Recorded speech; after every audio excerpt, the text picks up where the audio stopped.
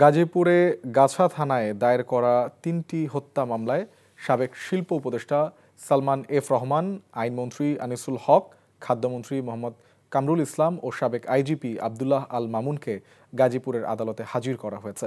সকালে জেলা মেট্রোপলিটন আদালতে আনা হয় তাদেরকে। বৈষম্য বিরোধী ছাত্র জনতার অভ্যুত্থানের সময় গাছা এলাকায় ৬ জন নিহত হন। এ ঘটনায় আলাদা ৩টি হত্যা মামলা দায়ের করা হয়। এসব মামলায় সাবেক আইনমন্ত্রী আনিসুল হক, সাবেক খাদ্যমন্ত্রী মোহাম্মদ কামরুল ইসলাম, সাবেক শিল্প উপদেষ্টা সালমান এফ রহমান ও সাবেক আইজিপি চৌধুরী আব্দুল্লাহ আল মামুনের নাম থাকায় তাদের কড়া নিরাপত্তায় আদালতে হাজির করা হয়।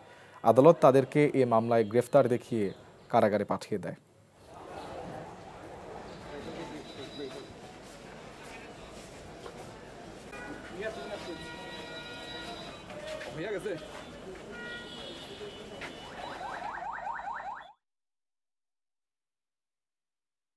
বান্ডেল থাকলে প্রতি সেনমানিতে টাকা বাঁচবে। বিকাশ সেনমানি বান্ডেল কিনে জিতুন প্রতি লেনদেনে।